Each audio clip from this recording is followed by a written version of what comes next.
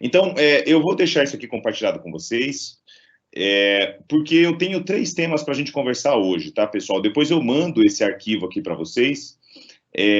Esses 3 temas que eu tenho para conversar com vocês são os seguintes. Eu quero tratar, primeiro, numa base geral, bastante tranquila, tom de bate-papo, mas tratar numa base geral. Como é que se dá essa estruturação do Estado para que o Estado tenha ferramentas digitais de atuação? E aí eu vou me limitar aqui a dar algumas dicas para vocês.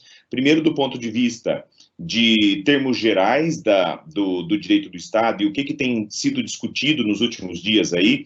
Quem me acompanha lá pelas redes sociais sabe que o debate está inflamado nos últimos dias, né? Tem muita gente discutindo bastante coisa, e eu, principalmente, tenho discutido bastante também esses temas aí da administração pública e coronavírus.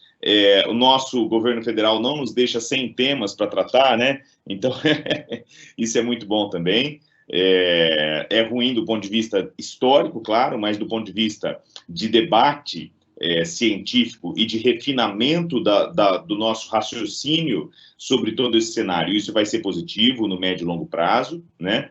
Depois eu quero falar para vocês sobre, já que estamos falando de dados, e já que tivemos duas apresentações de ferramentas muito bacanas aí de jurimetria, né? Eu estou logado aqui com vocês desde as 3 e pouco, então eu estava assistindo as outras apresentações também.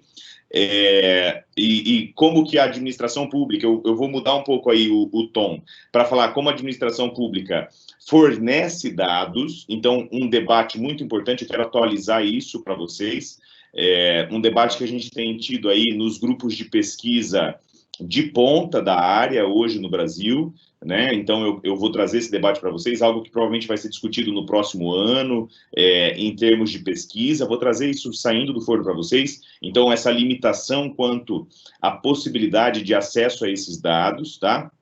E um terceiro ponto, que é o contrário, é a administração pública se utilizando das ferramentas online, que é o ponto relativo a esse artigo aí que eu compartilhei com vocês, tá? Então, eu mostrei esse arquivo aqui para vocês agora, para que quem tiver interesse dê uma olhada aí no tema, tá? Esse é um artigo que está, na verdade, é o resumo de um artigo que está no Prelo ainda. Eu vou conversar sobre isso com vocês e a gente já repassa esses pontos, tá? Antes disso, eu vou conversar provavelmente um pouquinho com vocês aqui sobre essas questões gerais, vou passar as questões gerais, e depois vamos discutir um pouquinho aí de medidas sobre coronavírus, que é uma questão importante para a gente revisar, tá certo?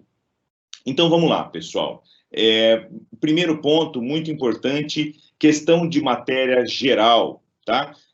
Como que nós vamos agir em termos de conteúdo geral, como que nós vamos tratar esse tema quando a gente fala de teoria geral do Estado, tá? E do direito administrativo. Então, vamos lá comigo, pessoal. Não se esqueçam de qual é a origem do direito do Estado, tá? Essa origem do direito do Estado, que é muito negligenciada hoje no curso de Direito. Então, muitos de vocês aqui têm formações excelentes, isso é o caso, obviamente, mas nem todos os cursos hoje de Direito, nem todos os estudos que a gente faz em matéria de Direito hoje no Brasil são avançados suficientemente para a gente ter aí uma solidez nesse tipo de entendimento. O que eu estou querendo fazer aqui? O que eu estou querendo falar para vocês? É o seguinte, para a gente entender qualquer ramo da atuação, nós precisamos saber quais são as raízes, precisamos saber qual é a substância, a racionalidade. Então, do mesmo modo, para a gente entender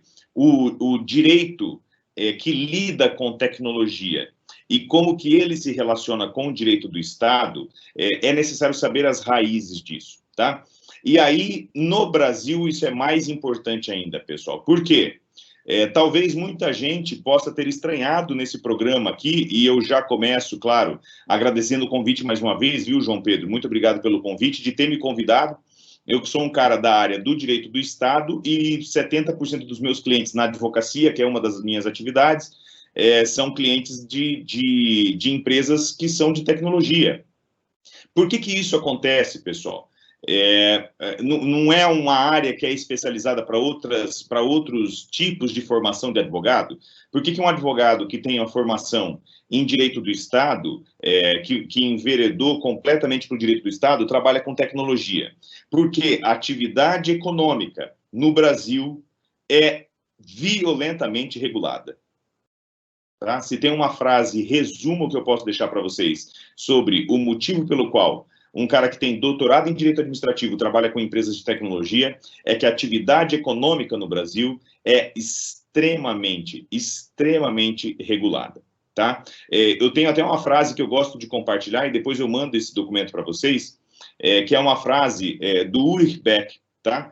E o Beck, muito conhecido, né, um autor aí que fala sobre a sociedade do risco, ele nos diz o seguinte: nessa sociedade do risco, toda a produção social de riquezas é acompanhada pela produção social de riscos. Então, na sociedade tardia, nessa sociedade contemporânea que nós temos hoje, a produção social de riquezas é sempre acompanhada pela produção social de riscos. É isso que nós temos do ponto de vista do entendimento do Beck sobre essa matéria. Ou seja, não se esqueçam, pessoal, que toda atividade econômica, ela, a partir do primeiro passo que esse agente econômico dá, em termos de produzir alguma coisa, de produzir alguma riqueza, esse primeiro passo que ele dá já gera riscos. E no Brasil, essa geração de riscos é muito maior, tá? Esse é um ponto importante para a gente discutir hoje, é um ponto que mostra em que medida que nós temos uma fragilidade, inclusive, do nosso sistema, e como que a gente pode, efetivamente, discutir esse tipo de ponto, sem esquecer do que é o norte do que a gente tem aí em termos de regulação estatal, tá? Eu abri a apresentação de slides aqui para vocês, para eu poder pegar e mostrar para vocês aqui a tela, e aí quem eventualmente quiser anotar a referência, está aqui, tá? Então, esse é o Beck, para quem nunca viu uma foto dele. Estão vendo aí a apresentação, né? Confirma para mim, João Pedro, por favor. Sim, professor. O Tá professor, ótimo. tem um comentário, o professor é um asa em tecnologia, né? Rapaz, é muito pela prática, né? Então, a gente acaba tendo essa necessidade, né? Mas isso é bacana, é legal porque isso faz com que seja um incentivo aí para os colegas que são advogados a saber que o cliente espera de nós não é conhecimento jurídico, né? Porque o conhecimento jurídico é dado que o advogado precisa ter. Por mais que nós saibamos entre nós aqui que nem sempre todos têm o conhecimento, mas é dado. Agora, o que faz o diferencial é o extra, algo que eu sempre conversei, inclusive, com o João Pedro e com os estudantes aí, com os quais eu já fiz a parte da história deles, né? Então, vejam, gente, que ideia genial do Beck, né? Na modernidade tardia, a produção social de riqueza é acompanhada necessariamente pela produção social de riscos. Não se esqueçam disso. Então, sempre que a administração pública, ou sempre que o agente privado, desculpem, ele produz riqueza, ele está produzindo riscos, tá? Por que isso se integra tão bem quanto com o que a gente está discutindo hoje? Um exemplo aí da ferramenta de jurimetria trabalhista, né? Toda vez que um cliente nosso começa a produzir mais, digamos que seja um cliente industrial ou a área que eu atuo mais, software house, né? Uma empresa de software. Cada vez que essa empresa de software ela se expande e ela precisa contratar um empregado, cada empregado que ela contrata, proporcionalmente, cresce o risco trabalhista dela. Concordam comigo, pessoal? Pode responder no chat, quem quiser aí. Então, vejam que é um ponto importante esse, tá? Justamente por isso que uma visão sobre direito do Estado é uma visão importante para a gente discutir o que nós estamos vendo hoje. E aí eu quero passar uma visão central para vocês em direito do Estado, que é o seguinte, pessoal. Não se esqueçam que a raiz, a origem do direito administrativo é a defesa do cidadão. Então, o direito do Estado, o direito administrativo, surge necessariamente para a defesa do cidadão.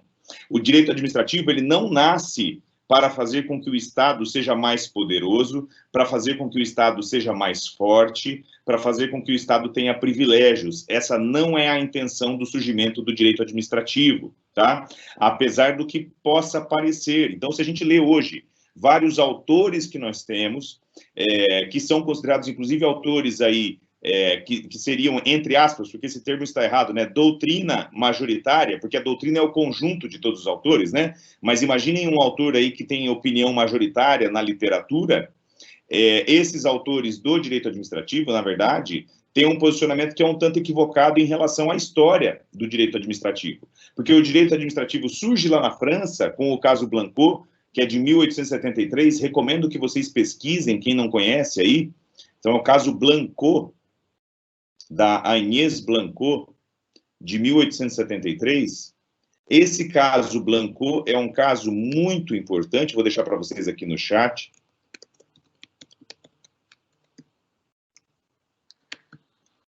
Professor, eu estou aprendendo a usar o site também, né? É? Eu estou aprendendo a usar o site, não estou... Isso é bom, isso é bom. Então, o caso Blanquot, viu aí, Marcelo, também, né?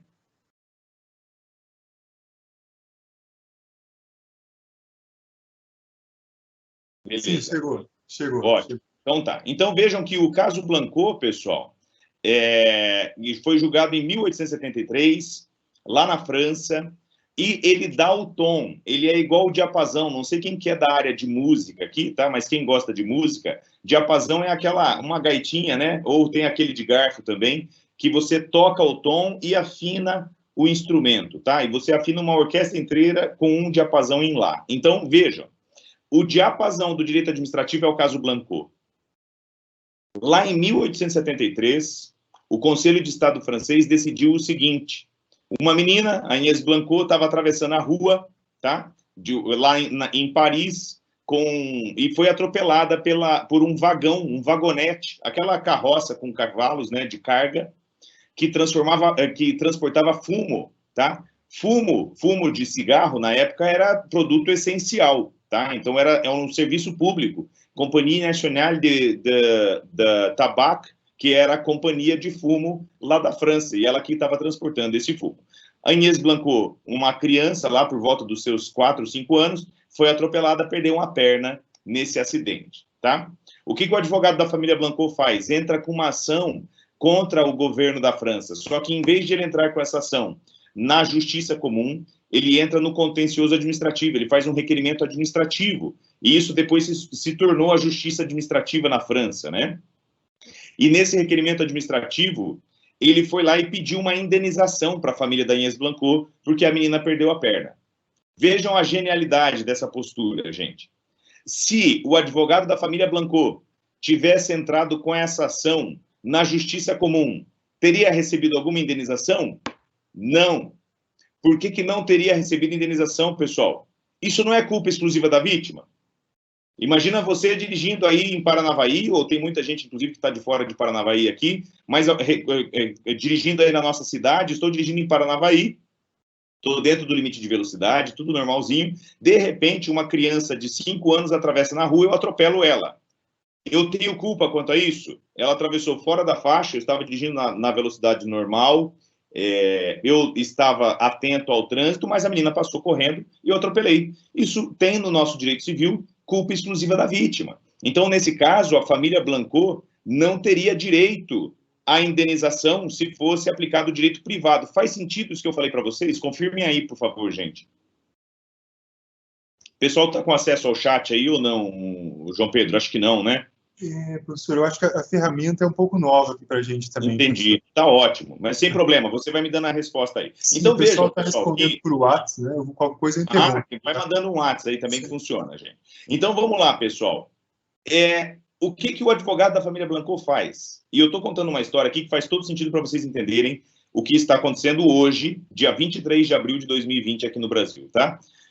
O advogado da família Blanquot entra com essa ação e a decisão do Conselho de Estado francês é a seguinte: o Conselho de Estado francês diz, olha, todos nós, parisienses, e os franceses em geral, precisamos do serviço público de fumo.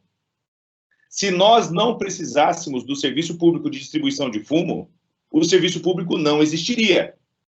Se o serviço público de distribuição de fumo não existisse, o vagão de fumo não estaria passando naquela avenida de Paris naquele momento. E se o vagão de fumo não estivesse passando na rua, ele não estivesse aqui, a Inês Blanco teria atravessado a rua, chegado na outra calçada e não teria sido atropelada. Estão vendo, gente? Portanto, isso é a construção da teoria do risco administrativo. Estamos falando de risco. Se o vagão de fumo existe, a própria existência dele é um risco para a sociedade. E, portanto, a família tem que ser indenizada por responsabilidade objetiva do Estado. A gente tem isso no nosso direito? Tem. Artigo 37, parágrafo 6º da Constituição, não é isso? Então, vejam, pessoal, que isso é um ponto importantíssimo. Um caso como esse que eu passei para vocês no chat aqui, que é um caso de 1873, julgado lá na França, determina a redação do artigo 37, parágrafo 6º, aqui na nossa Constituição.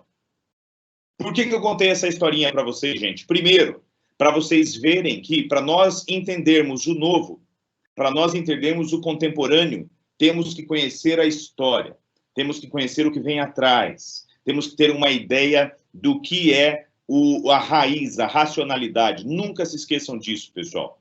Nada é mais importante para você compreender algo de hoje do que você entender a origem, a história, os fundamentos. Estamos aqui discutindo tecnologia, estamos discutindo administração digital, jurimetria, Big Data, todas essas situações, tá? Tudo que a gente discute em termos de BI, etc. Para você compreender a importância e como isso funciona, você tem que saber a raiz, tá? Vejam, então, pessoal, que quando o direito administrativo surge, lá no caso Blanco, esse é o momento que pare, né? Esse é o momento em que nasce o direito administrativo. Quando o direito administrativo, como uma regra diferente do que a regra privada, surge lá no caso Blanco, em 1873, o direito administrativo surge para fazer com que a família Blanco não receba uma indenização? Não. O direito administrativo surge para garantir que a família Blanco receba a indenização. Vejam, então, que só surge um direito do Estado e só existe razão na existência de um direito do Estado se for para proteger o cidadão. Direito do Estado é garantia. E aí a gente fez um círculo aqui, porque nós chegamos naquele ponto que eu falei para vocês lá no começo. Não se esqueçam, direito do Estado é garantia. O direito do Estado serve para proteger o cidadão.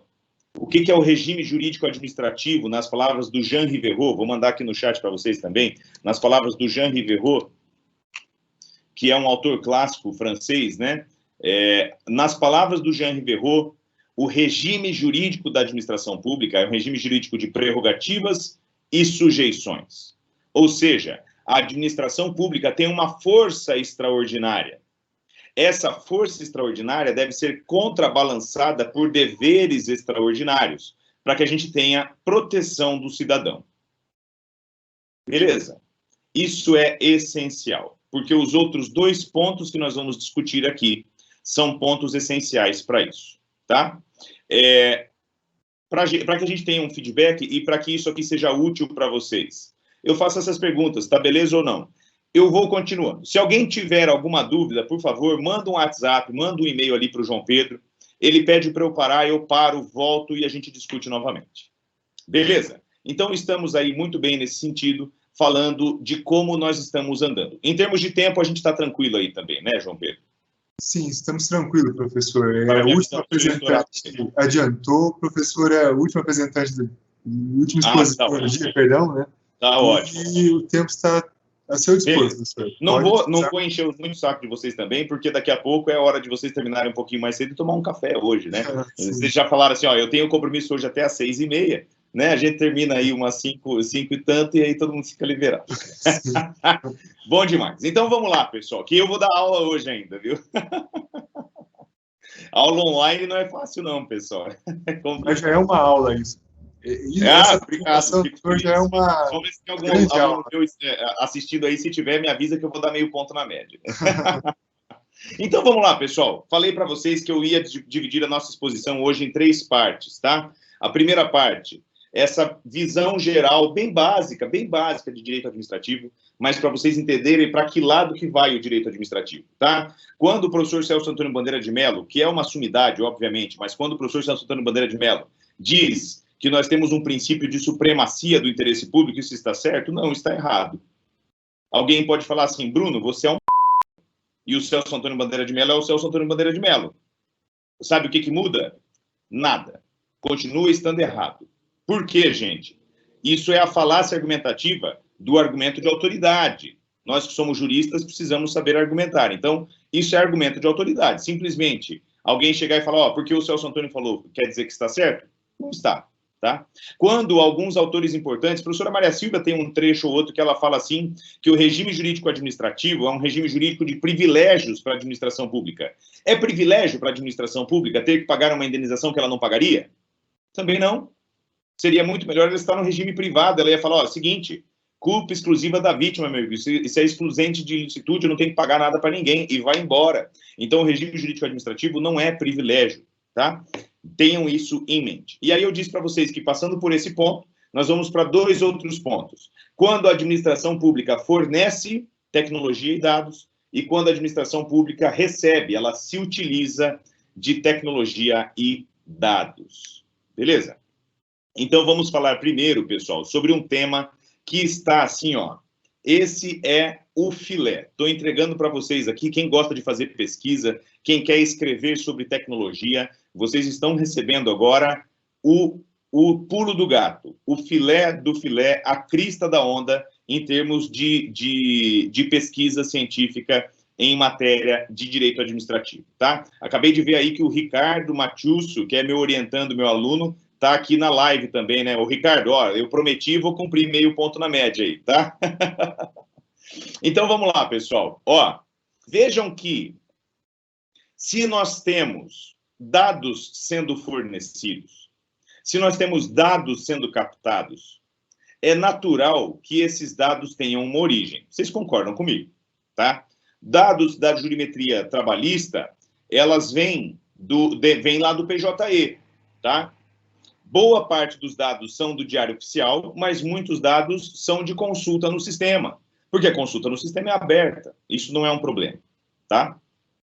Outros sistemas de jurimetria vão consultar dados dos outros sistemas, né? A gente sabe que aqui no Paraná, o ProJude é bem enroscado nessa matéria de abertura de dados, né? De consulta de dados. Mas o EPROC é mais acessível, existem outros sistemas que são mais acessíveis, etc.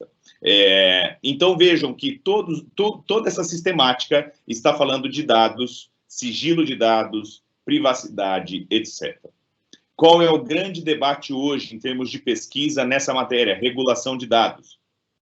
Até que medida, pessoal, que a administração pública está agindo corretamente em ter esses dados abertos? Então, isso é um ponto importante. Até que medida que a administração pública age corretamente em ter esses dados abertos? Se vocês quiserem, pesquisem aí.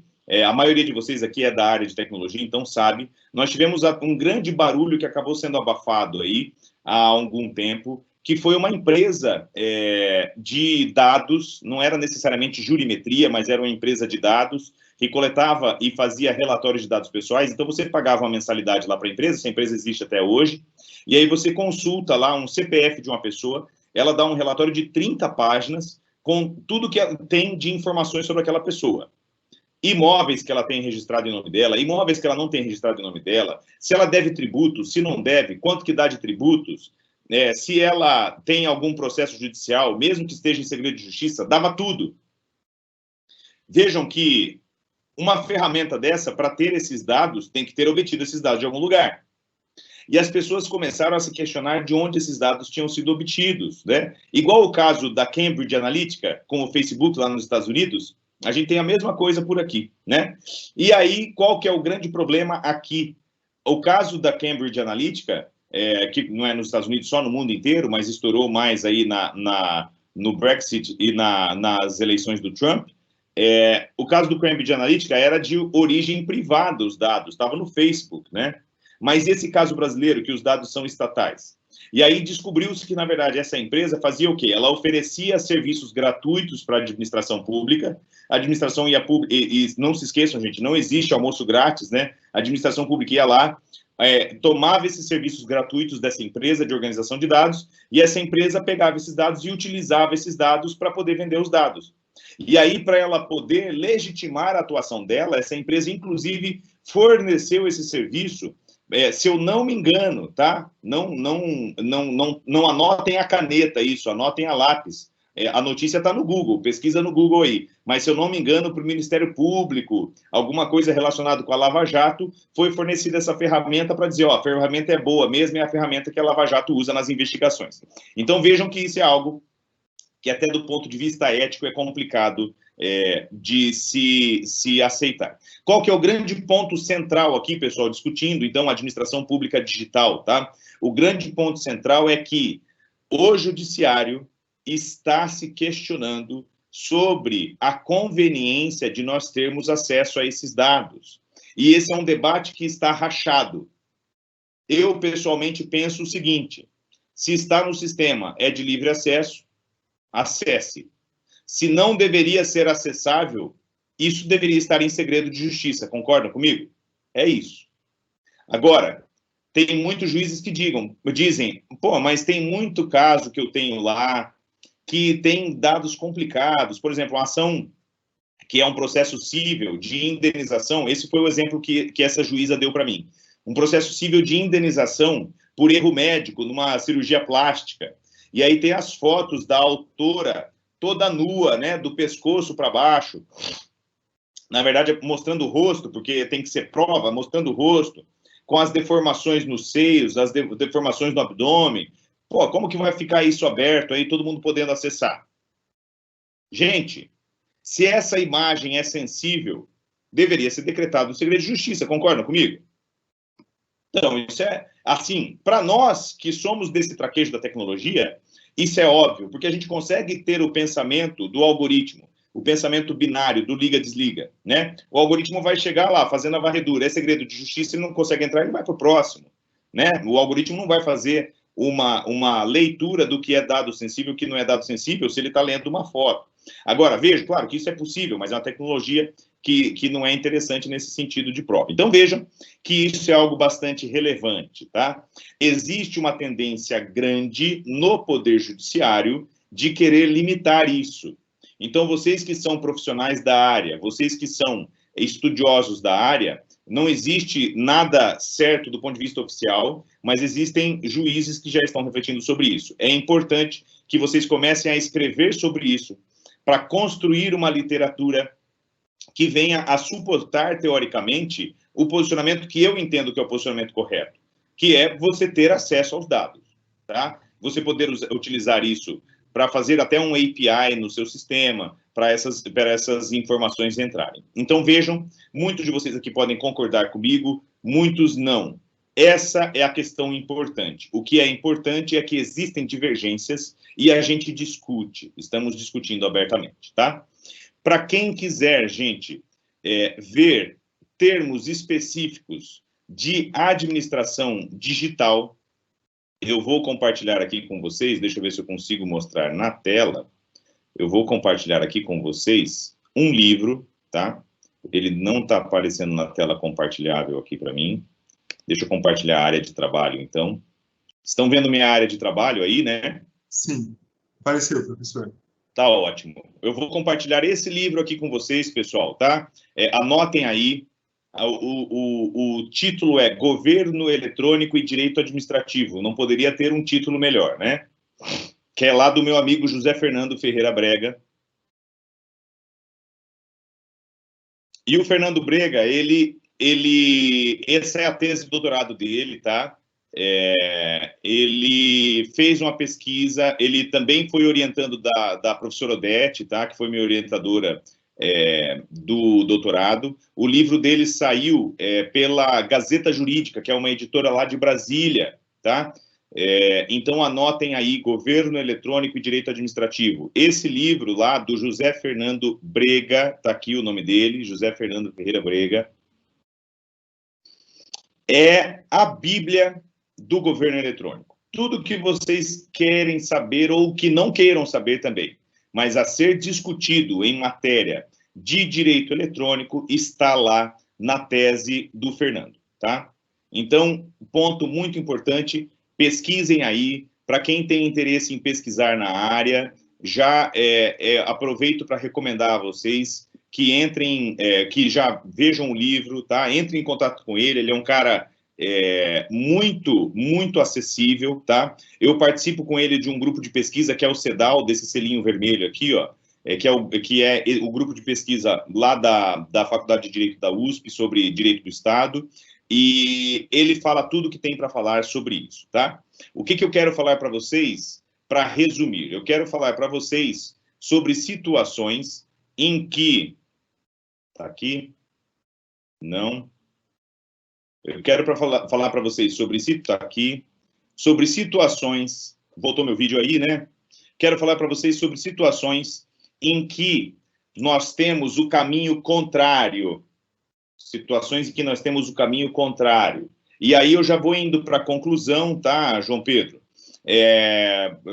Eu já falei até demais aí, né? Mas eu já vou indo para a nossa conclusão, no sentido de discutir com vocês esse texto que eu tinha falado aqui, que é um texto que eu estou produzindo ainda, tá? Para um evento. Na verdade, o primeiro evento que me pediu esse texto, eles me pediram um artigo, eu mandei o resumo e depois eles rejeitaram o meu resumo. Então, para esse evento não vai. Mas vamos ver se para um outro evento eu já mando, porque agora eu já comecei, né? Então o pessoal pediu o artigo. Isso, né, professor? Isso é próprio da academia, né? Provavelmente apareceu um outro cara lá que o pessoal falou: ah, mas esse cara aqui foi indicado pelo patrocinador do evento. E esse evento é na Universidade de Trier, que é uma universidade na Alemanha, que tem o primeiro centro de direito e tecnologia do mundo, é da Universidade de Trier. E eles pediram esse texto aí, eu produzi. Aí, quando eu fiz o resumo, eu acho que o resumo não ficou muito na linha que eles queriam, que foi um negócio meio mostrando que estava errado o posicionamento do Bolsonaro e do Trump. E aí o pessoal falou: ah, não, mas não está dentro do tema. Não, mas beleza, não tem problema não. Então, eu vou compartilhar aqui de novo com vocês, só para a gente dar uma olhadinha, para eu mostrar para vocês essas ideias, tá? Então, tá aparecendo aqui para vocês o meu documento do Word, né? Em que eu falo desse tema aí, tá? Já tá aparecendo aí para vocês, né? Sim. Depois, João, me lembra, por favor, eu já gerei um PDF, eu vou te mandar o PDF para você mandar para o pessoal, tá? Nossa, muito obrigado pelo conteúdo. Imagina, é só o resumo, eu quero só discutir a linha central das ideias, tá? Para quem eventualmente se incomoda com isso, me perdoe, o evento é na Alemanha, se eu for falar em português, ninguém vai entender bosta nenhuma, né? Então, o documento é em inglês, não é nada muito cheiroso, fiquem tranquilos. Recomendo, inclusive, que vocês aí, quem está já pesquisando, sempre comecem a ter um bom contato aí com língua estrangeira. É muito importante para nós, principalmente quem está na área de tecnologia. Vocês já perceberam que os grandes breakthroughs, né, de tecnologia não saem necessariamente de pesquisadores brasileiros. Algumas coisas importantes, mas a gente tem que ter um contato internacional. Então, vamos lá. Nesse texto aqui, pessoal, que é a minha linha final com vocês, eu quero discutir, já discutimos, então, linhas gerais do direito do Estado, já discutimos quando o Estado fornece informações e dados, e agora vamos discutir quando o Estado toma essa ferramenta. E isso é algo que nós estamos vendo acontecer nessa semana, nesse mês, nessa pandemia, nessa quarentena, pessoal, que é o que eu chamei lá nesse texto aqui, que já tem um tempinho, eu fiz isso aqui, acho que eu aproveitei o carnaval para escrever isso aqui, Governing Through Twitter. Então, Governing Through Twitter, governar por via do Twitter, né? Então, você usar uma ferramenta igual o Twitter, né? Você usar uma rede social para você exercer a administração pública, tá? Então, vejam que o subtítulo é o seguinte: State as Institution and the Adoption of Social Media by First Tier Government Officials. Ou seja, como é que nós podemos ter o Estado como uma instituição, o Estado como algo que simboliza, que representa a união do ponto de vista estatal, institucional mesmo, tá? Como um símbolo de união nacional, e, ao mesmo tempo, você ter um uso tão intenso do Twitter por agentes oficiais, né, por agentes políticos, que é o caso aí, inclusive, essa semana aí, demissão do Mandetta, foi pelo Twitter, né? Eu tive notícias, até eu vou pedir para você abrir o vídeo aí para eu conversar contigo um pouquinho, João. Eu tive notícias de que parece que o Sérgio Moro saiu pediu renúncia do cargo, foi isso ou não? Professor, não fiquei sabendo ainda. Parece alguma coisa assim, eu não sei, foi notícia de agora há pouquinho, assim, né? Então alguém pesquisa aí no Google Sérgio Moro e manda aí para nós, que a gente está no evento aqui, mas parece que tem alguma coisa nesse sentido. Com certeza isso aí deve ter sido anunciado pelo Twitter também, porque vejam, hoje, pessoal, a gente chegou a esse ponto que o diário oficial está mais atrasado que o Twitter, né? Tá aqui, ó, gente, notícia de 2 horas atrás, eu estou lendo para vocês, saiu na Folha, tá? Moro pede demissão após troca na PF do diretor-geral da Polícia Federal. O Bolsonaro está tentando reverter, tá?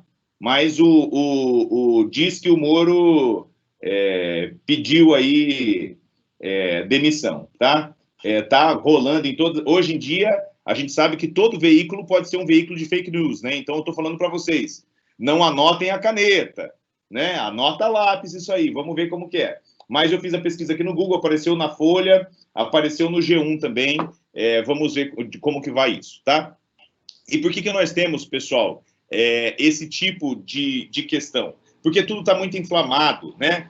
O pessoal que me ajuda aqui com marketing, eles falam o seguinte, eles falam, Bruno, lembra que o Twitter é uma região de ódio, né? Então, o Twitter é campo de guerra, né? E aí o cara usa um espaço como esse para publicar demissão, para anunciar contratações, para anunciar a edição de leis, né? Não sei quem que me acompanha no Twitter aqui, quem não acompanha, me siga lá, pessoal, @prof.Bruno_Grego. Lá no Twitter eu só falo besteira. E aí, ontem eu fiz um comentário sobre um tweet do Bolsonaro, que o Bolsonaro falou o seguinte, estou chutando de cabeça aqui, ó. Foram firmadas hoje pelo Itamaraty importantes convenções internacionais, acordos internacionais com o Paraguai e os Estados Unidos em termos de comércio internacional, via Carlos Bolsonaro. Ele colocou assim, via Carlos Bolsonaro, não o acordo internacional. A notícia, né? Agora, gente, o Carlos Bolsonaro, se eu não me engano, é vereador, né? Então, quer dizer que um vereador informa o presidente da República de que houve a tratativa de um acordo internacional e o presidente da República solta no Twitter, gente. É assim que funciona? Então, essa é a oficialidade que a gente quer do Estado? Óbvio que não. Isso é algo extremamente doente, tá? E eu quero discutir aqui com vocês, para finalizar mesmo, 4 pontos, que são os pontos que eu digo que são os pontos mais preocupantes dessa questão aí, que vocês também vão dar uma lida depois aqui nesse resumo que eu vou mandar para vocês, tá? Que eles estão destacados aqui, ó, nessa parte do resumo, tá ali no meio, tá? Eu vejo que existem 4 grandes perigos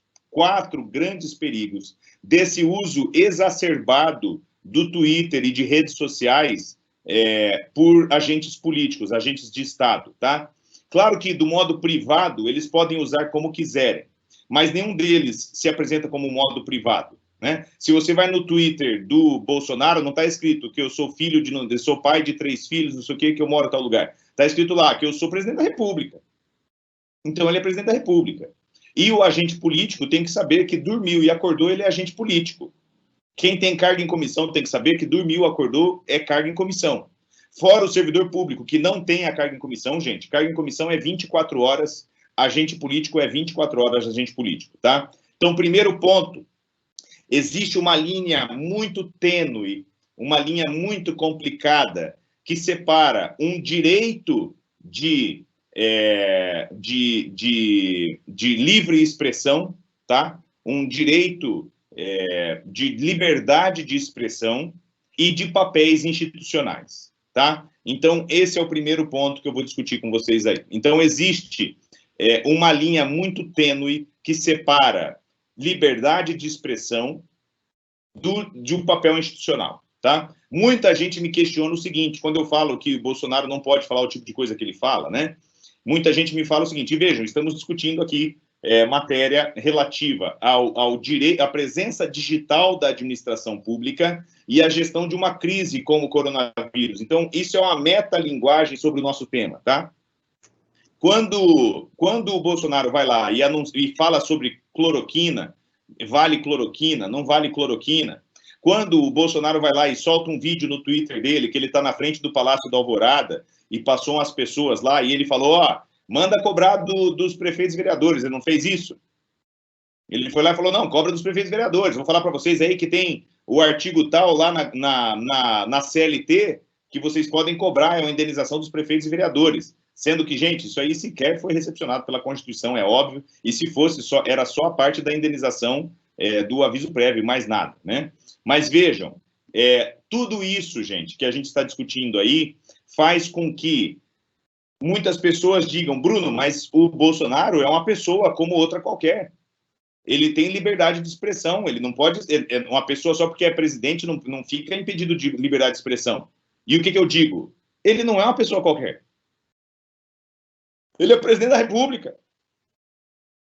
Presidente da República, pela teoria do órgão, lá do Otto von Kircher, né? Os atos não são imputáveis ao agente, os atos são imputáveis ao ente.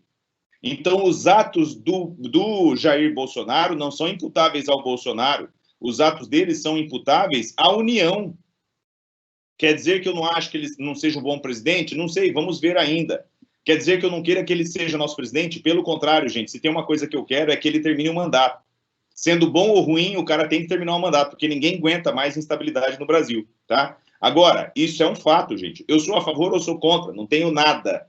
Eu só digo o seguinte, isso está errado, tá? Então, existe uma linha muito tênue entre essa liberdade de expressão e o papel institucional. E quando ele exerce o papel institucional, eu já digo para vocês que eu tenho uma convicção muito grande de que essa liberdade de expressão ela é extremamente relativizada, tá?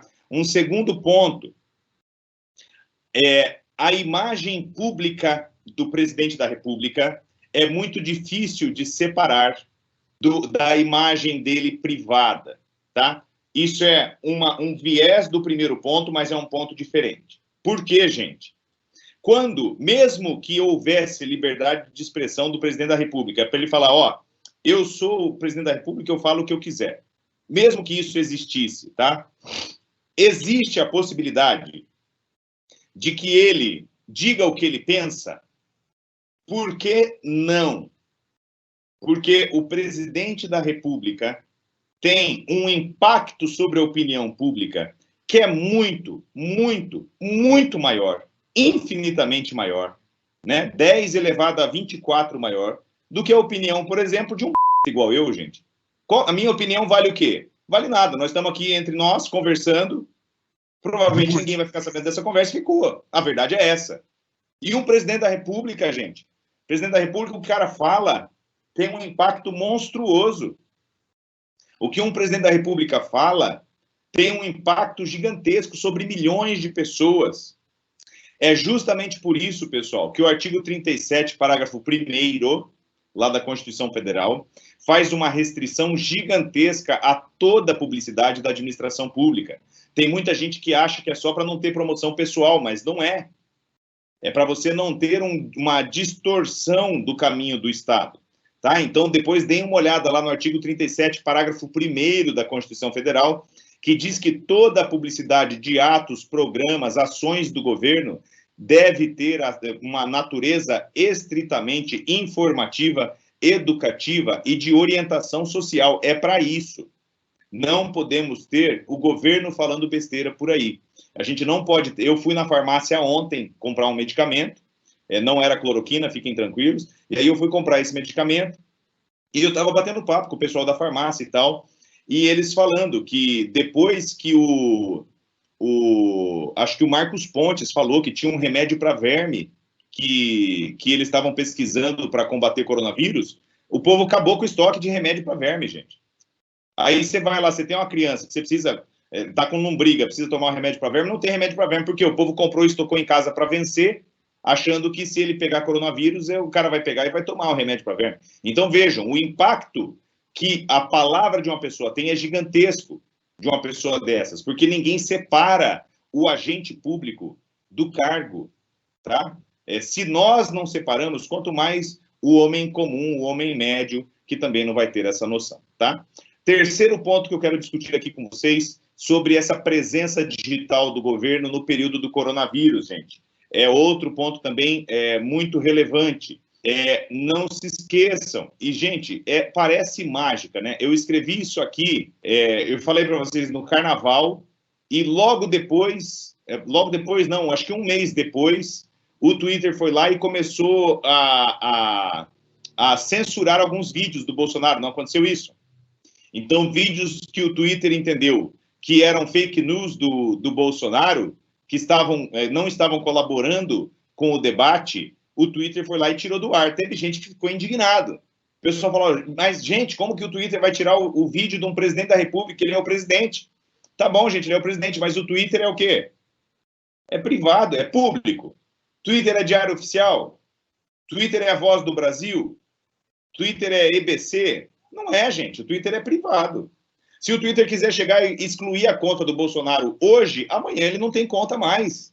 E não tem conversa, porque com certeza está lá nos termos e condições de uso do Twitter, que eles podem escolher aleatoriamente quem eles vão excluir. Com certeza tem isso lá, gente, porque todo mundo sabe, eles têm advogado bom, né? Então é assim que funciona. Vejam, então, o ponto central aqui, que é o nosso terceiro ponto.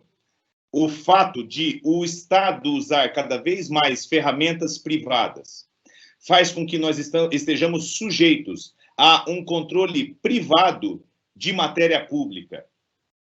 Isso é um risco muito grande. Então, o fato de o Estado estar utilizando plataformas privadas nos submete ao jugo de autoridades privadas sobre questões públicas, tá? Então, na medida em que o governo começa a falar, a gente não precisa mais da Serpro, né, que é a empresa de processamento de dados do governo federal.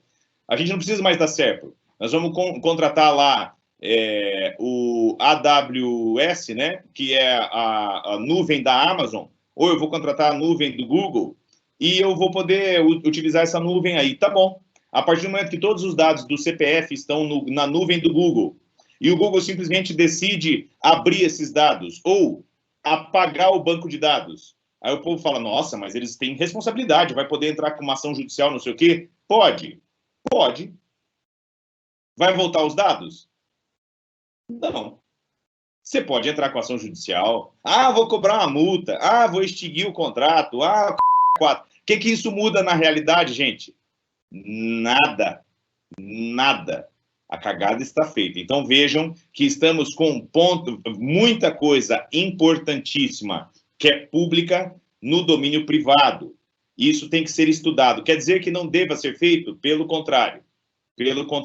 Eu entendo que a integração do Estado com a iniciativa privada é o que a gente tem aí de mais saudável para o Brasil nos próximos anos, primeiro. E segundo, o Estado em geral e o Estado brasileiro em particular tem qual capacidade de ter empresa, uma software house, gente, empresa de desenvolvimento de dados? Zero.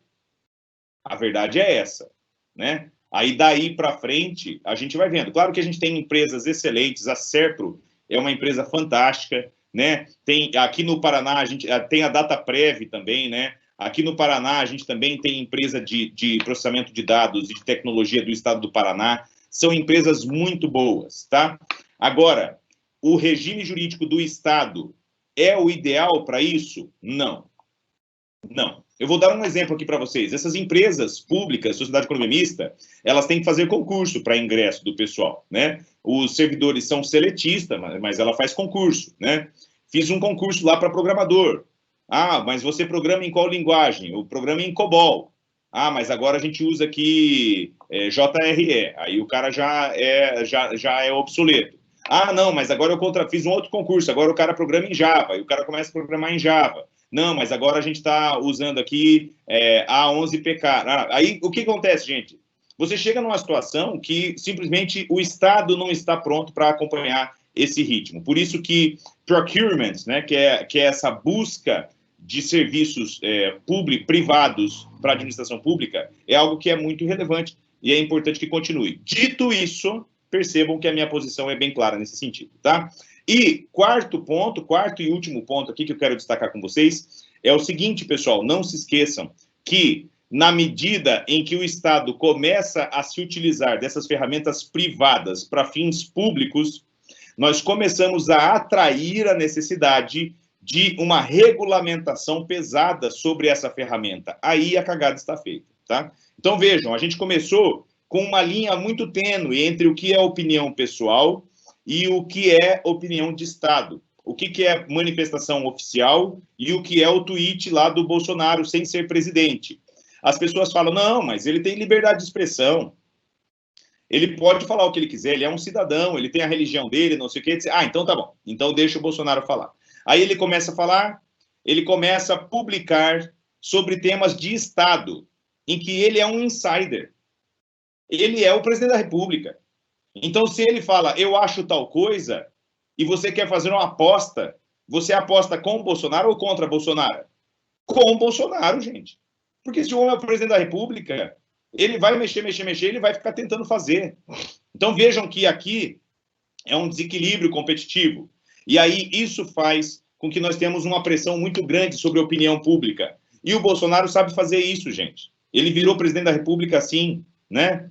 O Trump ensinou isso para o mundo, né? Um cara que sabe fazer isso como ninguém, né? Então, lidar com a opinião pública faz com que você tenha um poder de pressão muito grande. Isso faz com que aquele agente, esse é o nosso terceiro ponto, faz com que aquele agente comece a sofrer controles privados. Então, foi o que aconteceu agora com o Bolsonaro. Ele começou a sofrer controles privados, o Twitter começou a falar, o Facebook também. Ó, esse tipo de publicação a gente não quer na nossa plataforma. Some com a publicação. Isso pode acontecer? Pode, a plataforma é privada. Mas qual que é o próximo passo? Pessoal, anotem no caderninho aí de vocês. Esse é o próximo passo. Esse vai acontecer. Quando acontecer, eu vou falar, ó, eu avisei, não avisei? Vai acontecer o seguinte, vai começar a surgir uma regulamentação pesada sobre essas plataformas. Por quê? Como essas plataformas começam a ter muito conteúdo público e ter uma função pública, então o Diário Oficial ele está atrasado em relação ao Twitter, eu já falei isso hoje aqui, então nós vamos ter uma situação em que o Estado começa a regular. Falando o seguinte, ó, vocês vão ter que marcar o selinho, em vez de ser azul, vai ser um selinho verde e amarelo, de quem é agente da administração pública. E esse agente da administração pública, com o selinho verde e amarelo, vocês não podem mais, censurar. Então, esse não pode mais censurar. Aí vai lá, vai começar o perfil do Bolsonaro no Twitter, em vez de ter um selinho azul, vai ter um selinho de verificação verde e amarelo, ele bota o que ele quiser. Aí, daqui a pouco, eu acho isso justo, se não pode censurar nada do presidente da República, então você não pode censurar nada também da imprensa, porque isso é um mecanismo democrático, eu concordo. Aí os jornalistas também vão ter o selinho, que vai ser o selinho vermelho e branco. Aí vai lá no jornalista, não pode censurar também. Daqui a pouco, chegou no momento, claro que isso que eu estou usando agora é uma falácia argumentativa do slippery slope, da bola de neve. Mas eu estou fazendo um exercício de futurologia, né? Chega um momento em que essa regulamentação está sobre nós, que somos privados. E que a gente entra lá, usa a internet para ver foto de criança. Que a gente usa a internet para pesquisar receita de bolo. Que é o que é a intenção inicial do Twitter, é ser um espaço privado aberto. Então, percebam que essas 4 preocupações são bastante sólidas, tá? O que eu quero deixar aqui com vocês, então, pessoal, como um recado final sobre toda essa atuação aí, tá? A atuação do Estado ao longo desse período de coronavírus, do ponto de vista digital, é algo que nunca foi visto antes, tá? Por quê? Foi a primeira vez em que nós tivemos um grande conflito federativo de opiniões políticas e o governo federal, especificamente o presidente da República, teve essa intenção de se posicionar muito contra o que era a competência dos municípios e dos estados, tá? Então, se vocês olharem o artigo 30, inciso 1º da Constituição, artigo 196 da Constituição, o artigo 182 da Constituição, todos esses dispositivos dão competência para que o município tome as medidas. Então, é competência do município tomar essas medidas sanitárias. Não tenham dúvidas disso. Quando o presidente vai lá e ele descumpre o que está na Constituição, tentando dinamitar, tentando boicotar o exercício legítimo da competência dos estados e dos municípios, eu não sei se vocês sabem disso, isso é crime de responsabilidade. Dê uma olhada lá na lei de crime de responsabilidade do presidente da República, que é a lei do impeachment, e todas as vezes que o Bolsonaro faz isso, quando você pega aquele vídeo do Bolsonaro falando, ó, vai lá no município e se você está tendo que mandar seu funcionário embora, cobra do município, cobra do Estado. Vou deixar uma dica aí para o empresário, olha o artigo não sei o que lá da CLT, porque isso aí cabe indenização. Gente, isso é óbvio que é um desafio institucional, porque ele não é uma pessoa, ele é o presidente da República. É um desafio institucional contra os municípios, é um desafio institucional contra os estados. Isso pode ser feito? Não, porque ele, apesar de não ter uma ascendência sobre estados e municípios, mas ele é uma pessoa extremamente poderosa. Não tem como a gente dizer que um presidente da República não é mais poderoso do que um prefeito do município de 50 mil habitantes. E aí, nisso, ele está usando uma força de maneira incorreta, inconstitucional, ilegal, porque a lei não diz isso, para tentar minar o exercício legítimo da competência pelo município. Isso é crime de responsabilidade. Mais uma vez, quer dizer que eu queira impeachment de Bolsonaro? Óbvio que não, gente. Só alguém muito bobo pode defender o impeachment de qualquer presidente da República, seja Dilma, seja Bolsonaro. Porque o tipo de instabilidade que isso causa é muito pior que qualquer problema que tenha no governo. Não quer dizer que eu acho que o governo do Bolsonaro é ruim. Até o momento está parecendo meio neutro. Não está nem na coluna do mais, nem na coluna do menos. Nós estamos meio que mais no mesmo, tá? Tem boas intenções, eu não digo que são pessoas mal intencionadas, mas não estão conseguindo fazer com que o projeto político ande. Ah, é culpa do Congresso, é culpa de não sei o quê? Não.